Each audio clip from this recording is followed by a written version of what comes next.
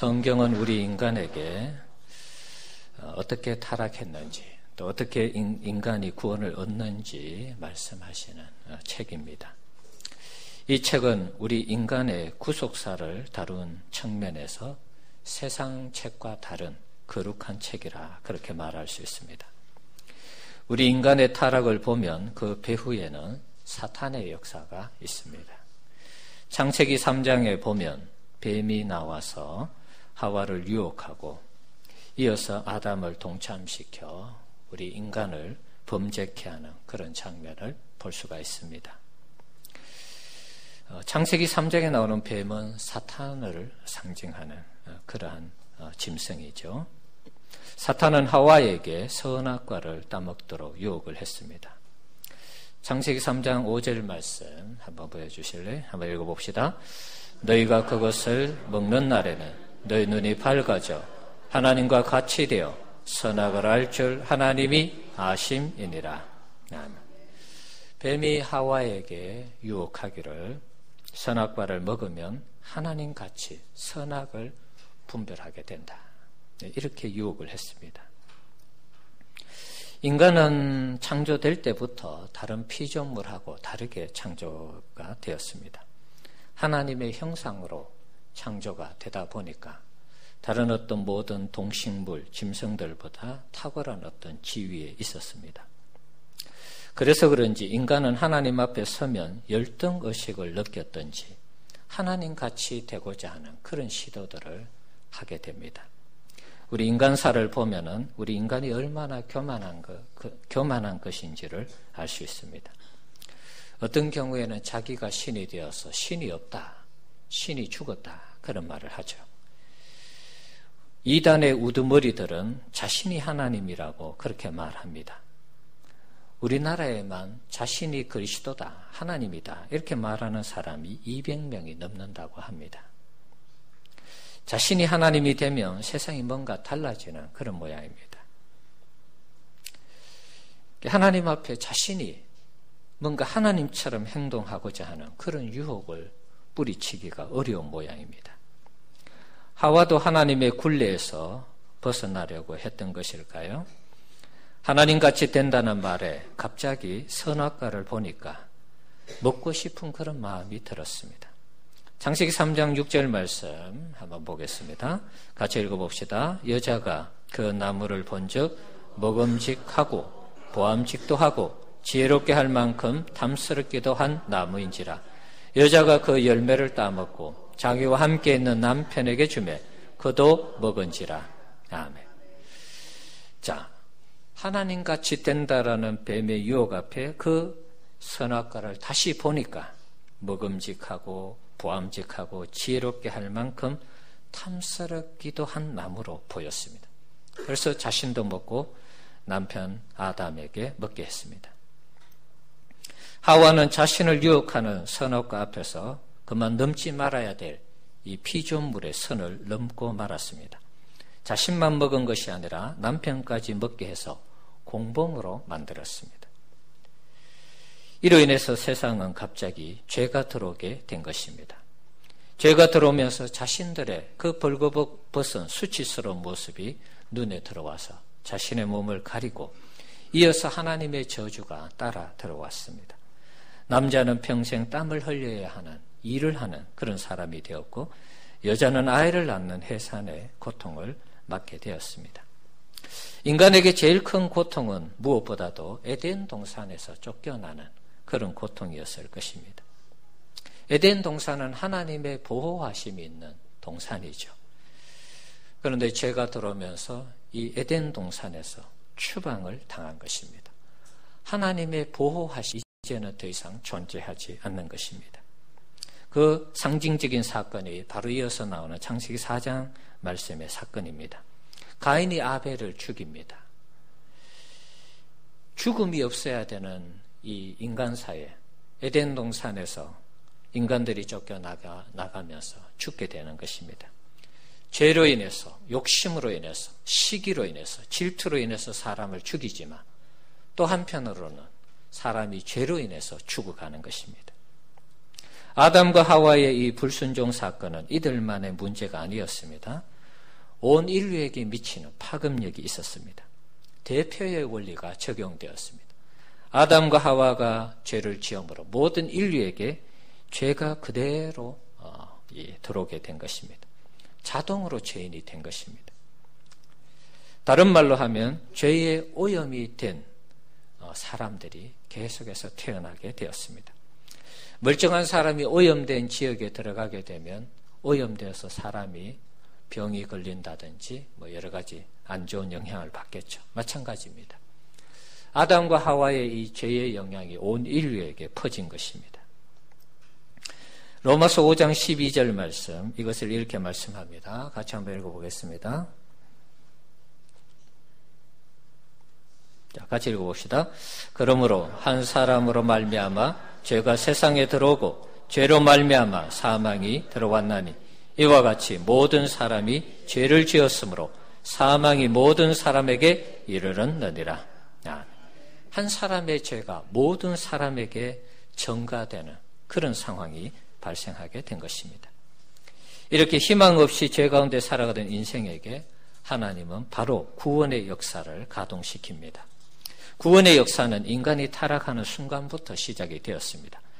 창세기 3장 15절에 보면 이 말씀은 이제 원시복음이라고 그러는데요. 한번 읽어보겠습니다. 내가 너로 여자와 원수가 되게 하고 내 후손도 여자의 후손과 원수가 되게 하리니 여자의 후손은 내 머리를 상하게 할 것이요 너는 그의 발꿈치를 상하게 할 것이니라 하시고. 아멘. 자, 뱀으로 상징되는 이 사탄이 머리를 상하게 된다, 그렇게 말씀하고 있습니다. 사탄의 머리가 상한다는 것은 사탄의 능력이 상실된다, 그런 말이죠. 사탄이 인간에게 휘두르는 최고의 무기는 죽음입니다. 죽음으로 위협하고 협박하면 웬만한 인간들은 다 항복하고 굴복하는 것입니다. 하지만 구원자 되시는 예수님이 등장하심으로 죽음이 더 이상 공포나 위협이 되지 못했습니다. 왜냐하면 예수님을 믿으면 죽지 않기 때문에, 영생을 얻기 때문에 죽음이 더 이상 우리에게 두려움이 되지 않는 것입니다. 사탄은 죽음을 무기로 예수님도 협박하며 위협했습니다. 십자가를 앞에 두는 이 예수님, 겟세마네 동산에서 기도할 때 죽음이 두려웠습니다. 그래서 이 잔이 지나가기를 기도했습니다. 그렇지만 나중에 자신의 원이 아니라 하나님의 뜻대로 되기 원한다, 그렇게 기도하셨죠. 사탄은 예수님에게 인성을 잇고 계신 예수님에게도 죽음으로 위협을 한 것입니다. 어떻게 보면 사탄은 예수님을 죽음으로 몰고 갔습니다. 결국 예수님을 죽는 데까지 성공을 시켰습니다. 사탄은 창세기 3장 15절의 말씀처럼 예수님의 발꿈치를 상하게 했습니다. 십자가에 예수님을 못 박을 때 예수님을 발에다 못을 박았죠. 창세기 3장 15절의 말씀 그대로 되었습니다. 하지만 하나님은 아들의 죽음을 방치하지 않으시고 부활의 능력으로 죽음을 극복하게 했습니다. 잠시 이기는 것 같은 사탄의 승리는 3일 천하로 막을 내리고 말았습니다. 예수님은 죽음을 극복하심으로 죽음을 무기로 삼고 설치던 이 사탄을 완전히 굴복을 시킨 것입니다. 그런 의미에서 창세기 3장 15절에 이 사탄의 머리를 상하게 했다는 이 말씀은 그대로 적중이 된 것입니다. 예수님은 죽음을 극복하셨기 때문에 당신을 믿는 모든 사람들에게 영원히 죽지 않는 영생을 약속하고 선물로 예수 믿는 사람들에게 주는 것입니다. 요한복음 3장 16절에서 17절 말씀 한번 읽어봅시다. 하나님이 세상을 이처럼 사랑하사 독생자를 주셨으니 이는 그를 믿는 자마다 멸망하지 않고 영생을 얻게 하려 하심이라. 하나님이 그 아들을 세상에 보내신 것은 세상을 심판하려 하심이 아니요 그로 말미암아 세상이 구원을 받게 하려 하심이라. 아멘. 자, 예수님을 이 땅에 보내주신 하나님의 뜻은, 하나님의 의도는 우리를 심판하기 위함이 아닙니다. 예수님을 믿어서 영생을 얻도록, 구원을 얻도록 하기 위해서 예수님을 보내주신 것입니다. 예수님의 이러한 승리, 십자가에서 살아나심으로 죽음을 이긴 이 승리는 아담과 하와가 범죄했을 때처럼 동일하게 우리 모든 인류에게 적용이 되었습니다. 아담과 하와가 범죄해서 모든 인간들에게 죄가 전가되었죠. 마찬가지로 예수님이 십자가에 죽으시고 부활하심으로 예수님을 믿는 자들에게는 그 모든 죄가 예수님께 다 전가되어서 십자가에서 다 깨끗하게 처리되었으므로 예수님을 믿는 자들에게는 영원한 생명을 그래서 부여하는 것입니다. 예수님 때문에 우리 모두가 의롭게 되었고 우리가 영원한 생명을 얻게 되는 것입니다. 로마서 5장 18절 말씀 한번 읽어보겠습니다. 그런즉 한 범죄로 많은 사람이 정죄에 이른 것 같이 한 의로운 행위로 말미암아 많은 사람이 의롭다 하심을 받아 생명에 이르렀느니라. 한 사람의 범죄는 아담과 하와를 가리키는 것이죠. 그것이 모든 사람에게 정죄가 되고 죄가 들어왔습니다. 그런데 한 의로운 행위로 예수님이 십자가에 당신이 죽으심으로 우리의 모든 죄를 전가받아서 죽으심으로 그 한 분의 의로우심이 우리에게 그대로 또한 다 전가가 되어서 우리가 의롭다함을 얻고 영원한 생명을 얻었다는 것입니다. 우리가 의롭게 되는 것은 오직 예수님의 십자가의 은혜인 줄 믿습니다. 예수님이 우리를 위해서 죽으신 그 놀라운 사랑과 희생 때문에 우리가 구원을 받는 것입니다. 우리에게 영원한 생명을 주신 우리 주님께 우리는 감사와 찬양을 돌려드려야 할 줄 믿습니다. 인간의 이 구속사를 보면 인간이 교만해서 하나님과 같이 되려는 그 죄로부터 사실은 타락해서 하나님이 우리를 불쌍히 여기심으로 아들을 보내주시고 그 아들이 십자가에서 희생하시고 주님이 우리를 사랑하시는 그 사랑으로 구원이 완성이 된 것입니다. 인간이 창조되고 타락했다가 다시 하나님께서 아들을 주심으로 다시 우리가 구원을 받는 이런 과정을 밟게 된 것입니다. 예수님이 이루신 구원의 완성 이면에는 보이지 않는 위험한 순간들이 있었습니다. 예수님의 구원을 방해하려는 사탄의 세력들이 순간순간 있었다는 것입니다. 예를 들면 예수님이 배를 타고 갈 때에 갈릴리 호수를 지나갈 때 광풍을 일으켰죠. 만약에 예수님이 그 광풍에 의해서 배가 뒤집혀서 최근에 영흥도 앞바다에서 배가 뒤집혀서 사람들이 이렇게 죽은 그런 일이 있었죠. 예수님이 그 광풍에 의해 배가 뒤집혀서 사망했다면 구원의 역사는 끝나는 것이죠. 그런 위기의 순간들이 있었습니다.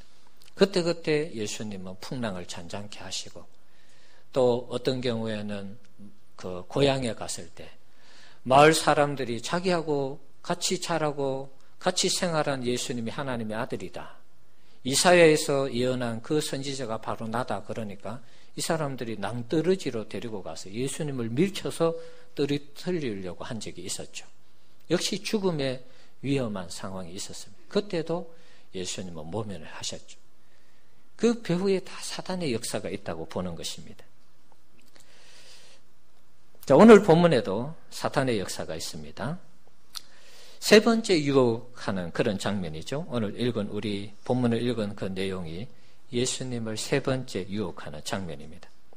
인간은 늘 하나님같이 높아지려는 욕심이 있다 그랬습니다. 아담과 하와가 그 죄에 그 유혹에 걸렸다 그랬습니다.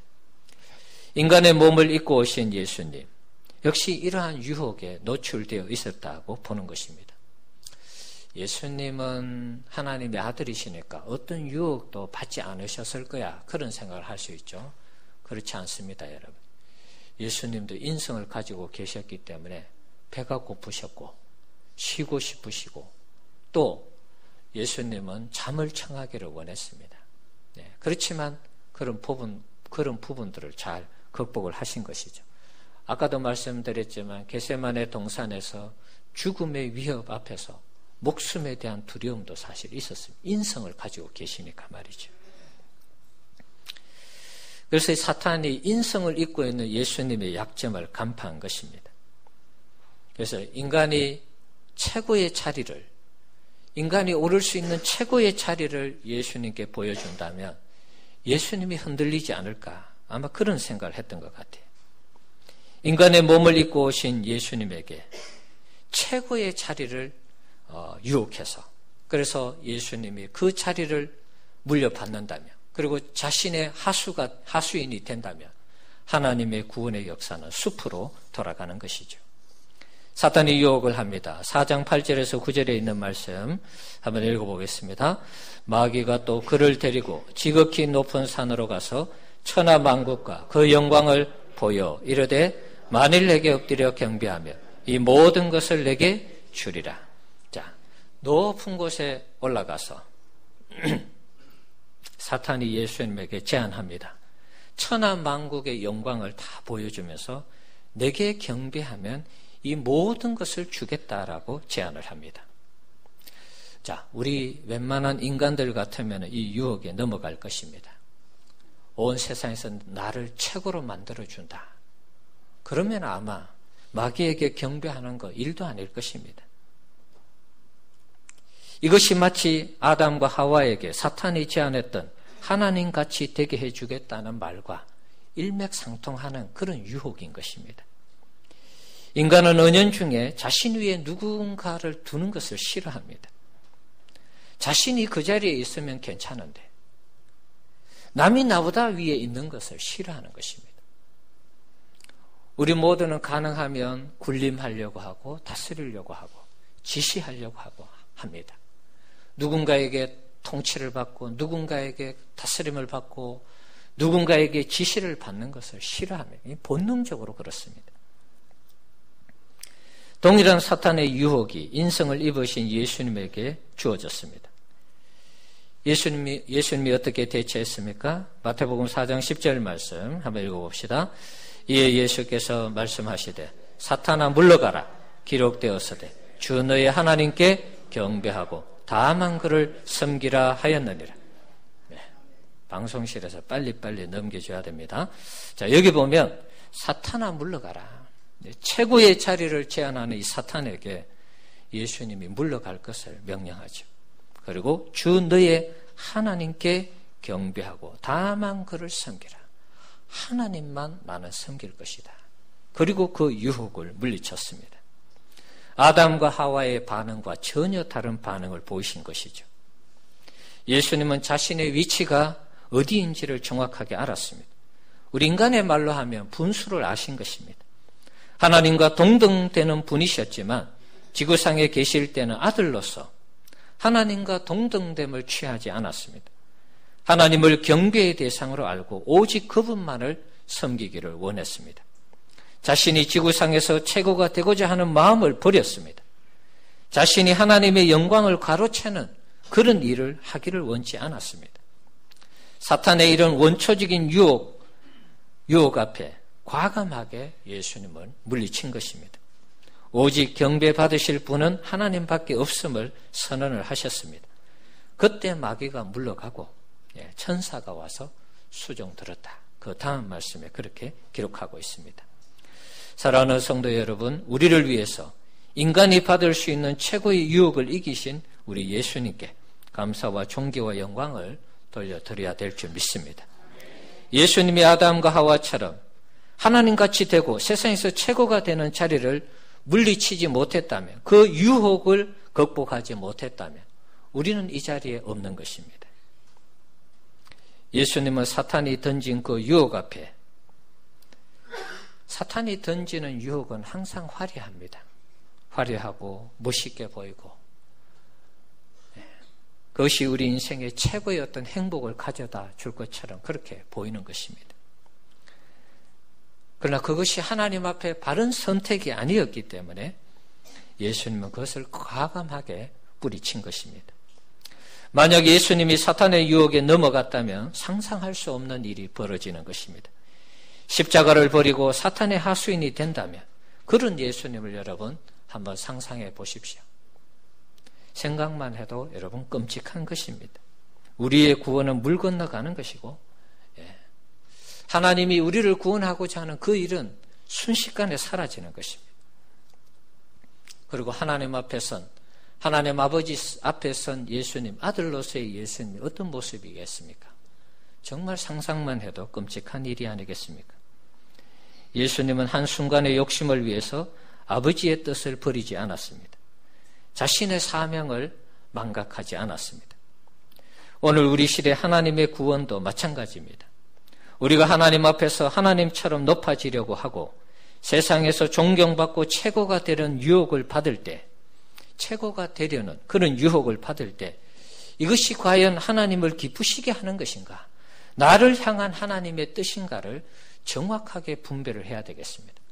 누군가 우리에게 유혹할 때 그 유혹이 하나님의 뜻과 배치된다면 여러분 과감하게 그 유혹을 물리쳐야 되는 것입니다.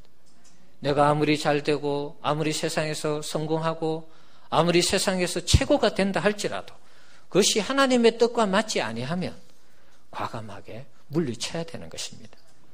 그렇지 않고 무작정 따라가고 무작정 그 유혹에 넘어가면 우리의 인생 마지막은 비참하게 되는 것입니다. 우리를 위하여 찾아오는 사탄의 유혹과 미혹 앞에 여러분 굴복하거나 무릎을 꿇으면 안 되는 것입니다.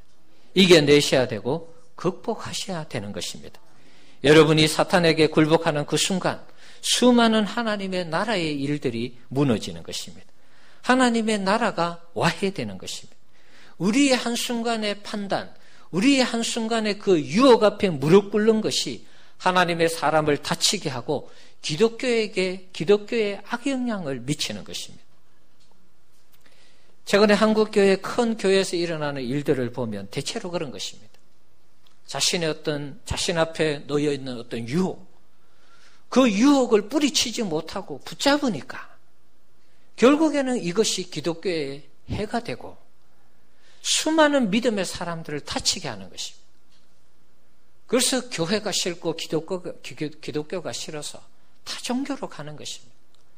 저는 타종교로 가는 그분들이 진정한 믿음이 있다 이렇게는 보지 않습니다. 그러나 우리 기독교의 영향력이 자꾸 그런 부분에서 상실되는 이런 부분에 있어서 우리가 한번 심각하게 생각을 해야 되는 것입니다. 여러분이 믿음으로 떠받들고 있는 그 가정에서 여러분이 하는 역할이 있습니다. 여러분 편하자고 그 가정을 송두리째 여러분이 나 몰라라 하고 그것을 여러분이 내려놓는 그 순간부터 가정이 만약에 초토화된다면, 가정이 엉망진창이 된다면 그런 유혹을 이겨내야 되는 것입니다. 쉽게 성공하는 유혹을 붙잡는 순간 여러분은 잠깐은 행복할지 몰라도 그 행복은 반드시 불행으로 돌아오는 것입니다.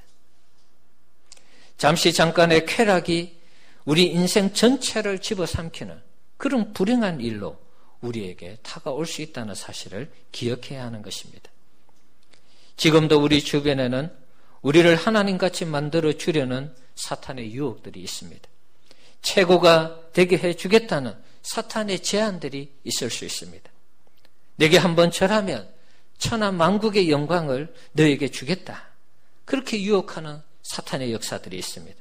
여러분 이것을 이겨내시고 극복할 수 있기를 주의 이름으로 축원합니다. 물리치셔야 되고 극복하셔야 되는 것입니다. 그 유혹 앞에 빠지면, 그 유혹에 넘어가면 나뿐만 아니라 가정과 교회와 나라와 민족, 하나님의 나라, 하나님의 교회가 다 도매급으로 다 무너지는 것입니다. 유혹에 빠지지 않기 위해서 우리가 기도해야 되는 것입니다. 지금은 우리가 힘이 없어서 사탄이 어떻게 보면 찾아오지 않을 수도 있습니다. 이 사람은 그냥 둬도 돼. 그래서 사탄이 우리에게 찾아오지 않을 수도 있습니다. 그러나 언젠가 우리가 믿음으로 살고 신앙으로 살고 어떤 어려움 앞에서도 내가 서야 하는 그 자리에서 믿음을 지키는 사람, 영향력 있는 사람이 되면 사탄은 찾아오는 것입니다. 찾아와서 우리에게 제안하는 것입니다.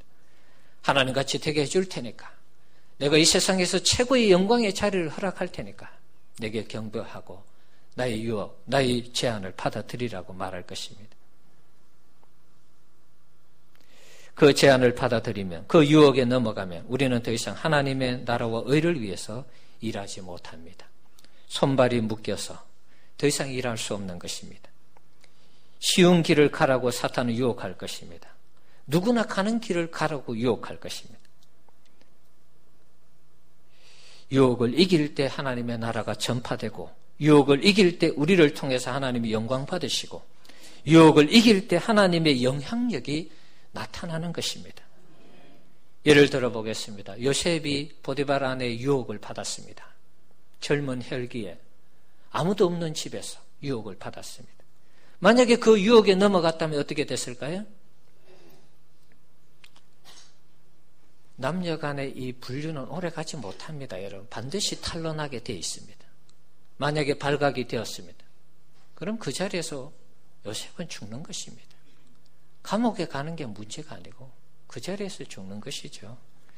그러면 이스라엘의 이스라엘 땅, 가나안 땅에 기근이 들었잖아요. 그러면 이스라엘의 야곱의 가족들은 다 굶어 죽는 것입니다. 그러면은 이스라엘 민족 전체가 다 사라지면 이스라엘 민족을 통해서 예수님이 오고자 하는 구원의 역사도 다 사라지는 것입니다. 한 사람의 그 유혹이 우리 인류 전체를 구원하느냐 구원하지 않느냐의 역사로 이어지는 것입니다. 그러니까 여러분 성경을 보실 때 크게 보실 필요가 있습니다. 요셉 한 사람의 문제가 아니었습니다. 요셉이 유혹을 극복했기 때문에 다음을 기약할 수 있었습니다. 그래서 야곱의 가족들이 먹을 것이 없을 때 애굽으로 내려왔잖아요. 거기서 살고 거기서 자녀를 낳고 그러니까 아브라함에게 약속하셨던 바다의 모래처럼 하늘의 별처럼 그 70명의 가족이 내려와서 200만 명의 인구를 거느리게 되었습니다. 그 인구가 가나안 땅에 간 것입니다, 여러분. 그 가나안 땅에 정착하면서 수많은 일들이 있었죠. 외세 침략도 있었고 이스라엘 자체가 송두리째 포위당하고 무너지고 그 다음에 더 이상 희망이 없는 나라가 망하고 말이죠. 다 흩어지고 그런 일이 있었지만 결국에는 예수님이 이 땅에 이스라엘 땅에 오셔가지고 우리 죄인들을 구원하는 이런 역사를 이룩할 수 있었습니다. 어떻게 보면 요셉 한 사람의 그 요셉에게 주어진 그 유혹을 극복했기 때문에 예수님의 구원의 역사도 있었던 것입니다. 삼손이 만약에 드릴라의 유혹을 받지 않고 그가 극복했다면 이스라엘을 위해서 얼마나 더 많은 일들을 했을까요, 여러분? 다니엘에게 30일 동안 다른 어떤 신에게 기도하지 말라라고 그 왕들과 그 신하들이 계책을 꾸몄죠. 이 다니엘은 30일 동안 눈을 감고 그냥 모른 척 할 수 있었습니다. 아니면 창문을 닫고 몰래 기도할 수도 있었습니다. 그런데 그 유혹을 뿌리쳤습니다. 창문을 열고 동일하게 늘 하던 대로 하루 3번씩 예루살렘 성전을 향해서 감사하면서 기도했습니다. 발각이 되었습니다. 안 좋은 일이 있을 것 같고 불길한 일이 있을 것 같았는데 정말 생겼습니다. 그래서 사자굴에 던져졌죠. 그런데 사자굴에서 하나님이 구원을 해 주었습니다. 그 시대의 이방 나라, 이 바벨론이라는 나라에서 모든 세계를 정복하고 지배하던 그 바벨론 나라에서 하나님의 살아계심을 다니엘이 보여준 것입니다. 그 유혹을 물리쳤을 때 하나님의 살아계심을 보여준 것입니다. 오늘 아침에 이 아사왕을 다시 한 번 더 생각해 보게 되었습니다. 아사왕, 구수의 100만 대군을 물려쳤습니다. 그런데 근처에 북이스라엘의 바사왕이 그 도시 이름이 갑자기 생각 안 나는데 그 도시에 예루살렘 가까이의 어떤 도시를 다시 새롭게 건축한다는 얘기를 듣고 이 아사왕이 아람 나라에 도움을 요청합니다. 아람 나라에 사람을 보내가지고 말이에요. 성전에 있는 모든 좋은 것을 다 끌어모아서 우리나라에 와서 우리를 도와주십시오. 네. 그래서 잠깐 이 북이스라엘의 이 공격을 무마하려고 했습니다. 그런데 결국에는 물론 그 일은 성공했습니다. 그런데 하나님께서 뭐라고 했습니까? 내게 전심으로 구할 때 내가 능력을 베푸는데 너가 왜 그렇게 했느냐? 이제 하나님의 이 책망이 있었죠. 100만 대군을 내가 물리쳐 주었는데 너는 왜 잠시 그 생각을 잘못해가지고 아람 왕에게 그것도 여호와의 성전에 있는 모든 금은을 가져다가 바치면서 도와달라고 다른 왕을 의지했느냐. 거기에 대해서 하나님이 책망하셨죠. 이 아사 왕을 생각할 때 어떤 마음이 들었느냐 하면 아사가 왜 그랬을까? 100만 대군을 물리쳤던 그 전적, 그 경험이 있으면 또 하나님 의지하면 되는데 왜 못했을까? 도시가 또 에워싸이고 도시가 전쟁에 들어가고 그러면 어떻습니까? 나라가 또 힘들어지고 또 그것 때문에 백성들이 힘들어지고 자신도 신경이 쓰이고 그러면서 또 하나님 앞에 기도해야 되고 이런 여러 어려운 절차들이 있잖아요. 그러니까 제가 판단할 때 오늘 아침에 그것을 묵상할 때 하나님 주시는 감동은 그런 것입니다. 그게 귀찮으니까, 그게 싫으니까 아예 보따리 싸고 돈보따리를 들고 사람에게 의지해서 그 과정이 없어지도록 그냥 편안하게 일을 처리하려고 했기 때문에 그런 결과가 나오지 않았나 그런 생각을 해봅니다. 하나님 앞에 우리가 신앙생활 할 때 유혹을 이기는 일들이 쉽지 않습니다, 여러분. 기도해야 되고 맞서야 되고 견뎌야 되고 참아야 되고 인내해야 되는 일들이 있습니다. 그런데 그거 싫다고 여러분 그냥 내가 쉽게 신앙생활 하면 우리의 신앙이 이길 수 없는 신앙이 되는 것입니다. 넘어지고 쓰러지고 어떤 힘도 발휘하지 못하는 그런 신앙이 되는 것입니다. 유혹이 찾아올 때 여러분 그것을 믿음으로 꼭 이겨내시기를 간절히 소원합니다. 예, 유혹을 믿음으로 이기셔야 돼요. 다시 기도하는 수고로움이 있고 견뎌야 하고 인내해야 되고 참아야 하는 그런 시간이 있어도 여러분 믿음으로 이겨내셔야 되는 것입니다. 그때 내 믿음이 성장하는 것입니다. 그때 내 믿음이 하나님을 경험하게 하는 것입니다. 그래서 어떤 어려움이 와도 과거의 그 믿음이 나를 지금까지 지켜줬으니까 앞으로도 지켜줄 것이다. 그런 믿음이 있어야 되는 것입니다. 제 마음에 막연하게 우리 교회에 대한 미래의 두려움이 조금씩 밀려올 때가 있어요. 원래는 이렇게 성장했는데 내년에 또 성장할까? 원래는 재정이 흑자가 되었는데 내년에 또 재정이 흑자가 될까? 보이지 않는 어떤 두려움이 자꾸 저에게 찾아오는 그런 느낌을 받았습니다. 과거에도 우리가 이거보다 더 어려울 때도 은혜 가운데 왔습니다. 그렇다면 하나님께서 지켜주셨는데 왜 자꾸 앞으로 미래에 대한 염려와 걱정을 할까요? 네. 이게 옛날에 과거의 그 어려운 힘든 과정을 안 겪었으면 하는 그런 마음이 있기 때문에 자꾸 그걸 거부하는 것입니다. 어려움대로 우리가 기도하면 되죠, 여러분? 잘 이기고 견디고 하나님 주시는 믿음으로 극복해 나가면 되는 것입니다. 우리에게 아무것도 없어도 하나님이 우리를 도와주시면 하나님이 우리를 붙들어 주시면 순식간에 역전이 되는 것입니다. 우리에게는 한 방이 있습니다. 한 방이 뭐냐? 하나님이 도와주시면 모든 문제가 해결되는 것입니다. 우리에게 찾아오는 유혹에 넘어지면 안 되겠습니다. 넘어지면 사탄이 제일 좋아하고 여러분의 넘어짐을 통해서 여러분의 가정과 직장 사업장이 무너지는 것입니다. 여러분 주변의 지인들과 이웃들, 우리 주변에 있는 교인들이 다 무너지는 것입니다. 교회와 우리 사회도 나라와 민족 전체도 마찬가지입니다. 우리가 무너질 때 전체가 무너진다는 사실을 기억해야 됩니다. 나 같은 사람이 무슨 그런 영향력이 있어? 아닙니다. 내 한 사람이 가정을 무너뜨리고 내 한 사람이 가정을 무너뜨리면 그것이 주변에 파급력이 있습니다. 교회도 영향을 미치고 사회도 영향을 미치고 이웃에 영향을 미칩니다. 그러면은 도미노처럼 하나가 무너지면 다 무너지는 것입니다. 우리의 믿음의 사람들이 그만큼 막중한 책임이 있는 것입니다.